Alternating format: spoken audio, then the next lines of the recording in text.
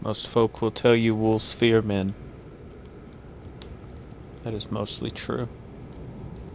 A lone wolf will turn from a lit torch. Hungry pack will avoid a camp full of voices. Wolves know the danger of spears, bows, dogs, and fire. But there is a difference between fearing men and learning them. Frostwillow Crossing stood 3 days north of Neverwinter, where the last safe roads began to lose confidence. It's not marked on every map. 38 people lived there in the year it disappeared.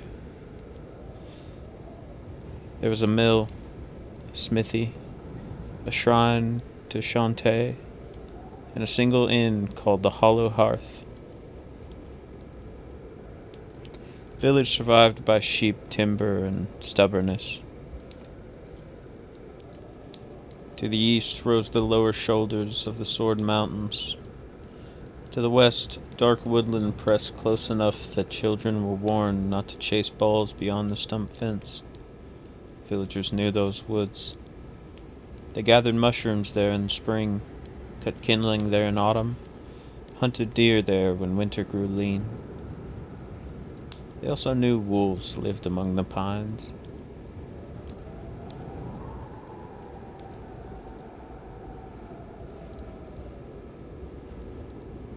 The first sheep vanished during the second week of early snow.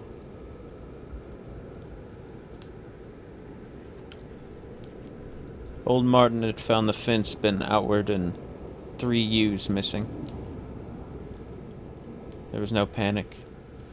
He cursed, blamed his oldest son for not checking the latch. Spent the morning patching the gap with fresh timber. 2 nights later, 4 more sheep were gone. This time, tracks marked the field. Wolf tracks, large ones. Martin brought the matter to the Hollow Hearth that evening. The inn was warm, crowded, and thick with a smell of wet wool. Men listened, nodded, promised to set out traps at first light. No one was afraid yet. Fear needs evidence. Till then, people call it worry. Edric Hollow laughed louder than anyone. Edric was the village shepherd. A drunk, yes, but a friendly one. He sang badly, paid late, made the same promise every winter that he was done with drinking for good. No one believed him. No one needed to. He was the sort of man who helped raise barns, carried sick neighbors to the shrine, and remembered which children liked honey cakes. If he smelled of ale while doing it, Frostwillow Crossing had learned to forgive him. That night, after too many mugs and too much confidence, Edric stood from his place by the hearth and pulled on his coat. The innkeeper told him to sleep on the bench. Edric waved him off. My bed's close enough. It's snowing. Snow knows me. Someone offered to walk with him. Edric grinned, tapped the side of his nose. I know these woods better than the wolves do. That was the last thing he said inside the Hollow Hearth. By morning, his flock had wandered to the edge of the road, unattended. That was when people began to worry. A search party formed before noon. 6 men followed Edric's tracks from the road into the trees. Prints were easy to read at first. A stagger, pause, wide step from where he'd almost fallen. He'd been drunk, but not lost. Then the tracks stopped. Around them, the snow had been churned by paws. The men stood there a long time. One suggested they return with more lanterns. Another said they should wait until morning. No one argued. Woods were already dim, and none of them liked the look of those tracks. They found Edric the next day.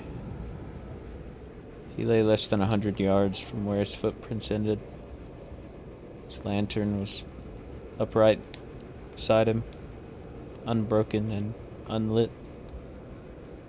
Snow had covered most of him, which was a mercy. There are details a decent man does not repeat. I will say only this. The wolves had not killed him cleanly, and they had not hidden him. Old Brenner, the village hunter, knelt beside the body. He'd trapped wolves for 40 years. He knew how animals fed. He knew how they dragged a carcass, how they fought over it, how they left the ground around it. This was different.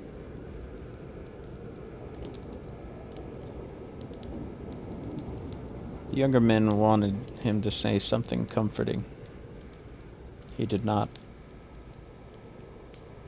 He buried Edric 3 days later, beneath hard ground behind the shrine. The priest spoke gently. Villagers wept. Martin's remaining sheep huddled in their pen as snow fell over the roof of the hollow hearth. Life tried to resume. Almost managed. Then Martin found the new tracks. He began north along the pasture and moved towards the village road. Not away from the flock. Not back into the woods. Toward the houses. Brenner followed them to the edge of the stump fence. There were prints turned, spread out, circled around the village before vanishing into the trees again. He did not share that detail with everyone. Not at first. He told the council there was a wolf problem, and that it needed ending before another person stepped into the dark and did not return. By nightfall, the village had chosen its hunters. 12 men would leave at dawn. Brenner would lead them. The blacksmith would carry a wood axe with a blade broad enough to split a shield. Martin's sons brought bows. Miller brought a spear older than he was. Thomas Weaver, barely 17, insisted on joining because Edric had been kind to his mother. Some said the boy was too young. No one had the heart to send him home. The plan was simple. Follow the tracks, find the den, kill the pack. Simple plans often sound best before the woods hear them. That evening, Frostwillow Crossing barred its doors. Lanterns burned in every window until late. Children were kept indoors. Dogs whined at empty corners and would not settle. From the tree line north of the village, nothing howled. That was the first thing Brenner truly feared. Wolves usually announced themselves. These did not. At first light, 12 men entered the forest. They believed they were hunting the animal that killed Edric Hollow. By sunset, only a few of them would still believe that. The tracks were waiting for them. That was how Brenner described it later. Not found, waiting. The paw prints cut north through fresh snow, deep and clear, too easy to follow. Brenner crouched beside the first set, studied it with a gloved hand, hovering above the impression.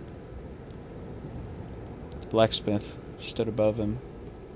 Big one? Several. How many? Brenner did not answer. The prints overlapped too much to count cleanly, but there were more than he liked. The stride was long, paws were heavy. Whatever made them had moved without fear of being followed. That bothered him. Predators hid trails when they could. Even wolves avoided wasting advantage. These tracks led like a road. The party moved in tight formation for the first hour. Snow fell lightly through the pines. Thomas walked near the middle, gripping his spear so hard his knuckles lost color. Men joked at first, quiet jokes, but jokes all the same.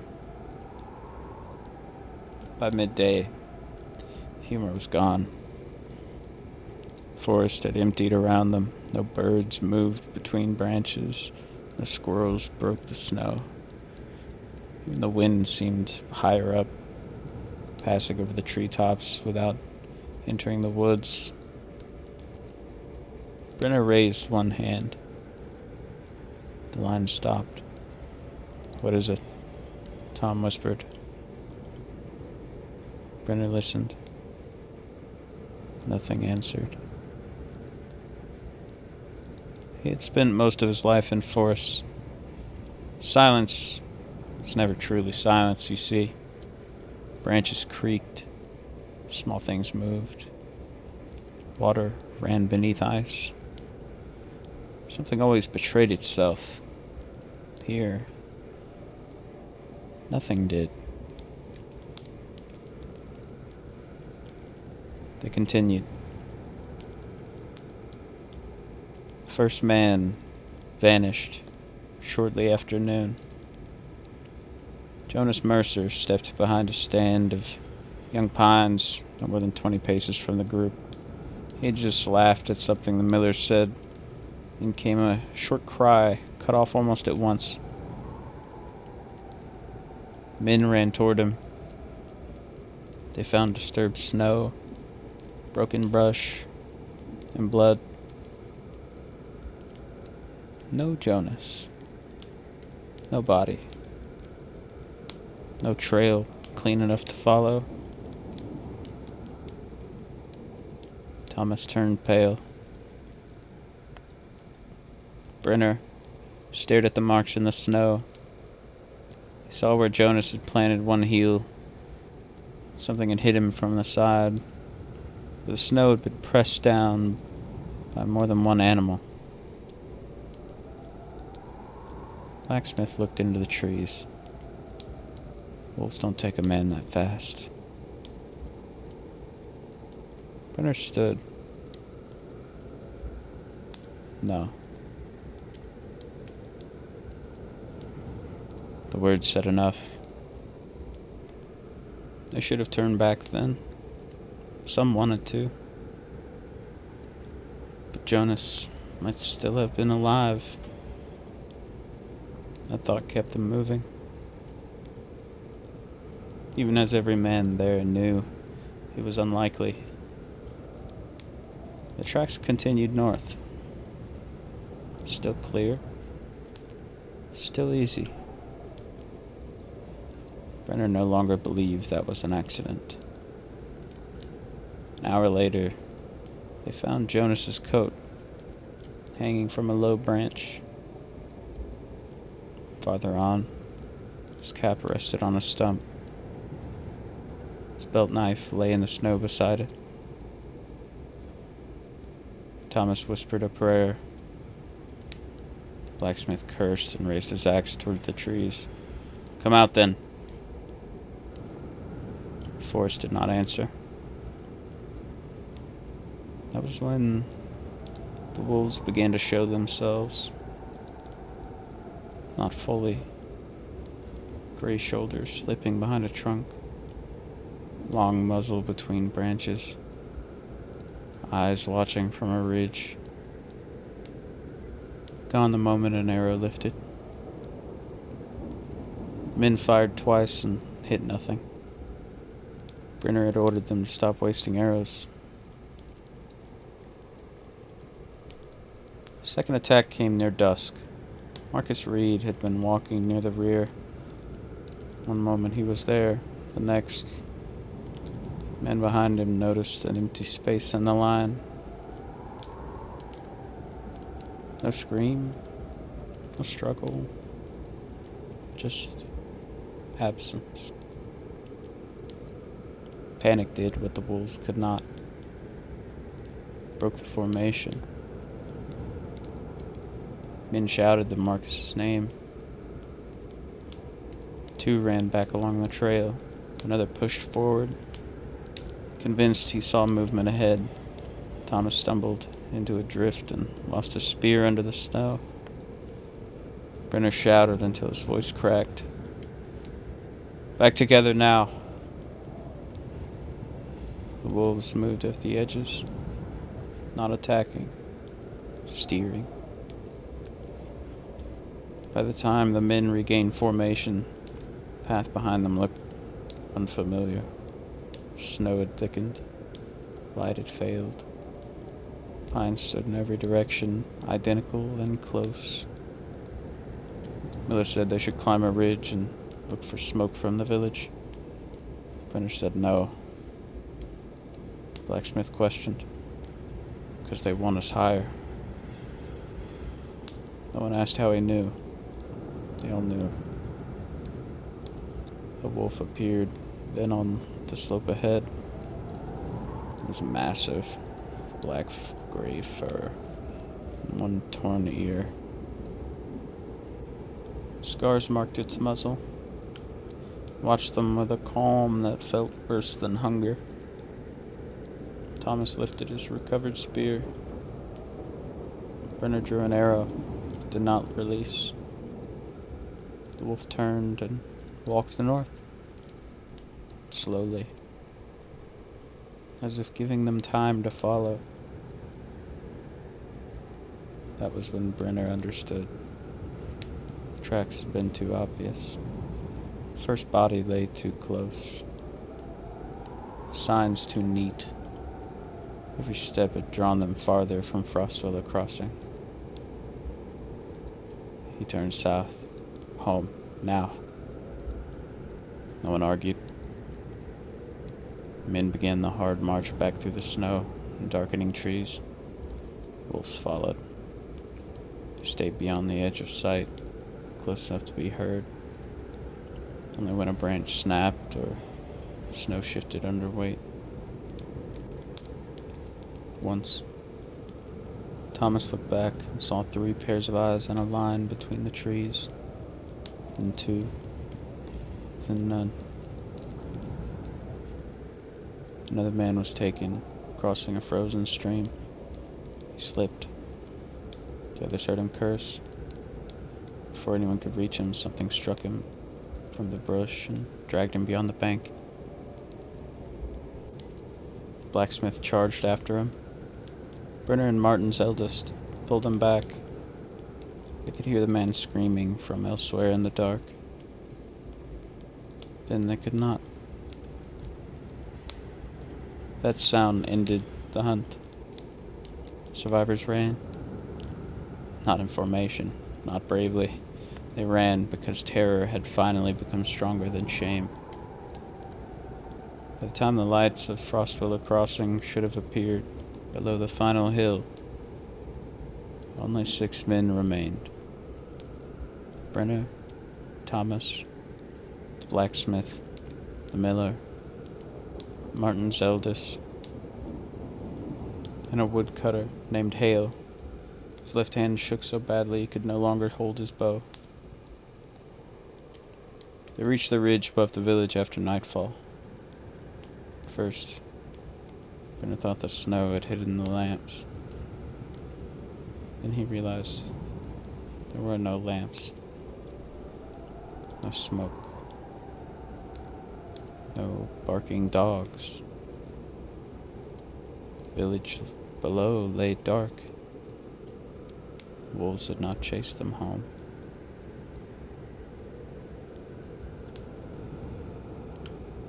6 men descended without speaking. Frostwillow Crossing should have heard them coming. 7 dogs lived in the village, and every one of them barked at strangers. Deer, loose shutters, and each other. That night, none barked. The village gate hung open. Snow blew through the main road and gathered in doorways. Lantern lay broken near the well, its oil frozen in a dark stain across the boards. Blacksmith started running first. His house stood near the forge. The door was open. He went inside, calling his wife's name. No answer came. Brenner reached the hollow hearth, stopped at the threshold. Tables were overturned. A bowl of stew sat on the floor, spilled but not yet frozen. Chairs had been pushed back in a hurry. No bodies. That made it worse. Thomas ran to his home and came out a moment later, white-faced and silent. His mother's knitting still beside the hearth. His father's boots were by the door. His little sister's cup sat on the table. All of them were gone. House after house told the same story. Interrupted meals, empty beds, doors left open, scratches on wood, blood in small amounts, never enough to explain where everyone had gone. The shrine, the mill, empty. The smithy fire had burned low and left the room bitter with smoke. 32 people had remained in Frostwillow Crossing when the hunting party left. By midnight, survivors had found none of them. Brenner followed the tracks because it was all he knew how to do. They crossed the village from the northern road to the center square, then split. Some circled houses, others moved towards the well, the shrine, the inn. Found signs of several wolves, 5, perhaps 6, not dozens. That knowledge settled heavily on him. 5 wolves had emptied a village. Blacksmith joined him near the well. His face had changed in the last hour. Grief had not softened him, it had hollowed him out.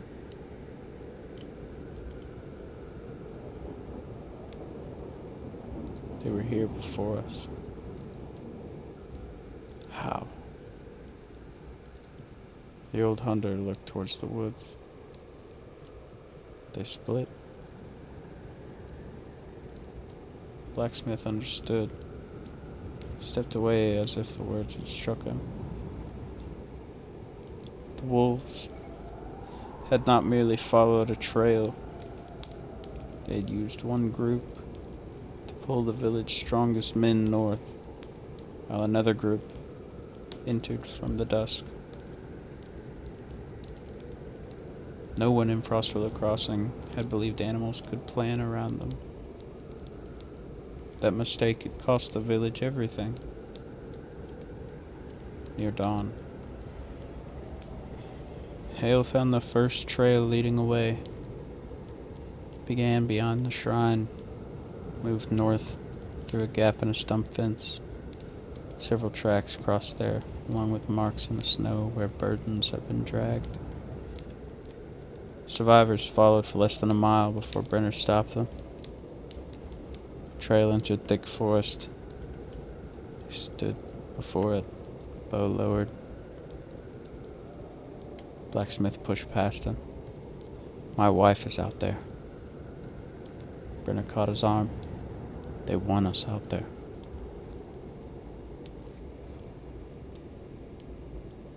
They want us back in the trees. The blacksmith's strength went out of him. He sank to his knees in the snow. No one knew what to say. They returned to the hollow hearth and barred the doors. 6 men sat in a dark room while morning crept uselessly over the village. No one ate. No one slept. Thomas sat with his back against the wall, staring at nothing. Near sunrise, he spoke for the first time since finding his empty home. Wolves don't do this. Brenner looked at the shuttered window. Then what are they? The old hunter had no answer. The sound came from outside. Not a howl. A footstep in snow. Everyone in the room froze. Brenner moved to the window and opened the shutter by a finger's width.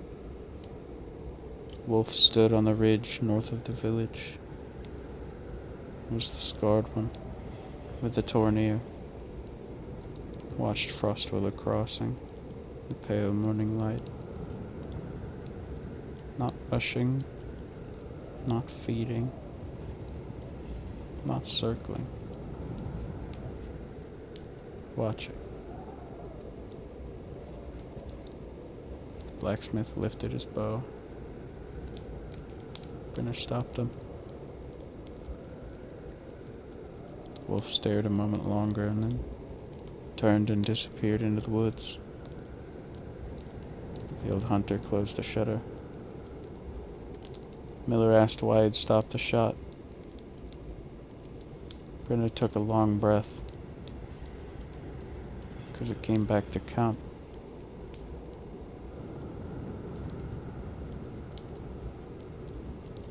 They left Frostwillow Crossing 3 days later. There were no funerals, no graves, no prayers spoken over bodies. The dead, if dead they were, had been carried into the forest. 6 survivors took what food they could carry and started south towards Neverwinter. Behind them, the village remained standing. Doors open. Fires dead. Snow filling rooms where people had once lived. By spring, travelers would find Frostwillow Crossing empty and assume winter had broken it. That was the explanation written down later.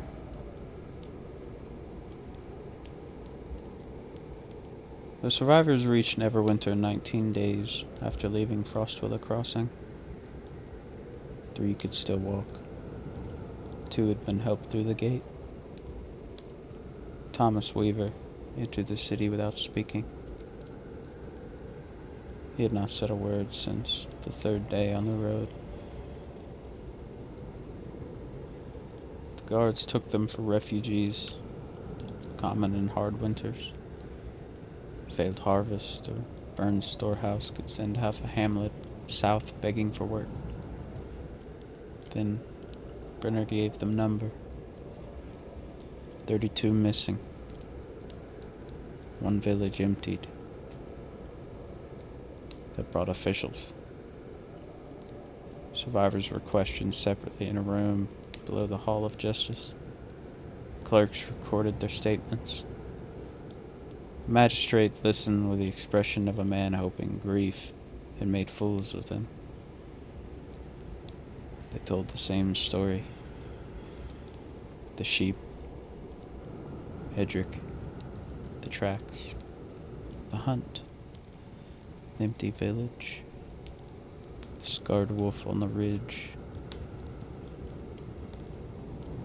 magistrate wrote, "Unconfirmed predator attack" in the first report. Another official suggested orcs.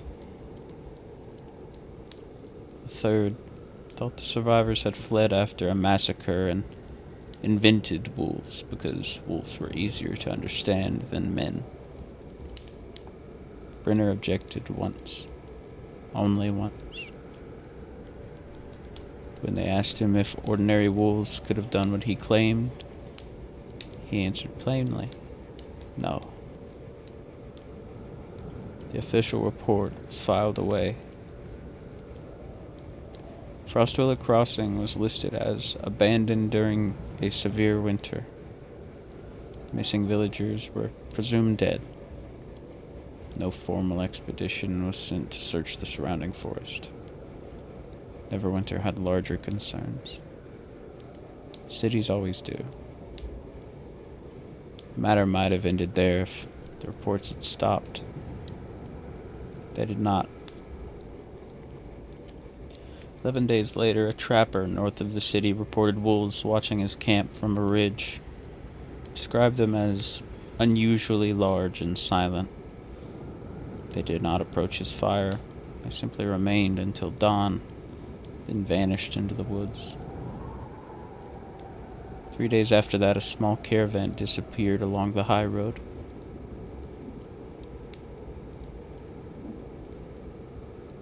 The wagons were found broken beside the route. Horses were dead. Merchants were gone.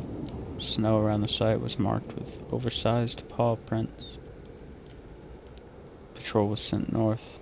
They found little. No bodies, no goods worth stealing, no sign of bandits. Only tracks leading away from the road and into the trees. More reports followed as winter deepened. Woodcutter missing near Neverwinter Wood. Shepherd who swore something paced his flock for 2 nights without attacking. Family who abandoned their farm after hearing claws move slowly around the house from dusk until morning. One detail appeared again and again. The wolves did not howl. That unsettled Brenner, most when the reports were read to him. Wolves howled to find one another, to warn, to gather, to claim ground. These wolves moved without announcing themselves. The final report came from a 3-man patrol investigating an abandoned homestead near the Sword Mountain foothills. The cabin was empty. First, the snow looked untouched. Then the youngest guard noticed the tracks around the house. Dozens of them, old and fresh, layered together, circling the building again and again. Patrol followed the clearest trail. Did not lead back toward the mountains. Led south, toward roads, toward farms, toward people. The patrol captain's report ended with one sentence. Whatever these animals are doing, they appear to be moving closer to civilization. That report was archived with the rest. No public warning was issued. No bounty declared, no company of soldiers to sweep the woods.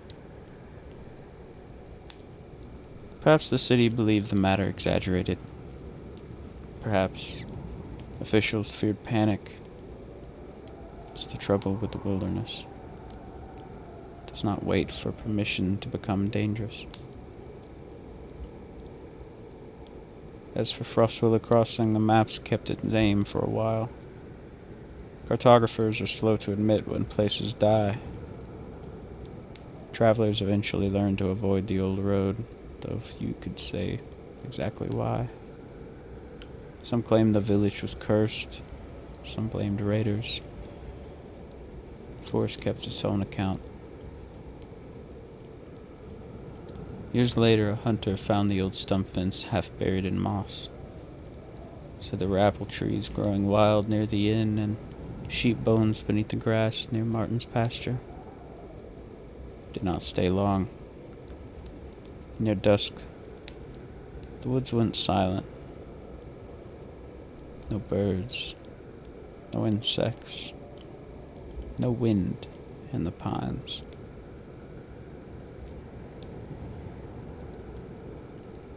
Then, from somewhere beyond the old shrine, he heard something moving through the brush, slowly.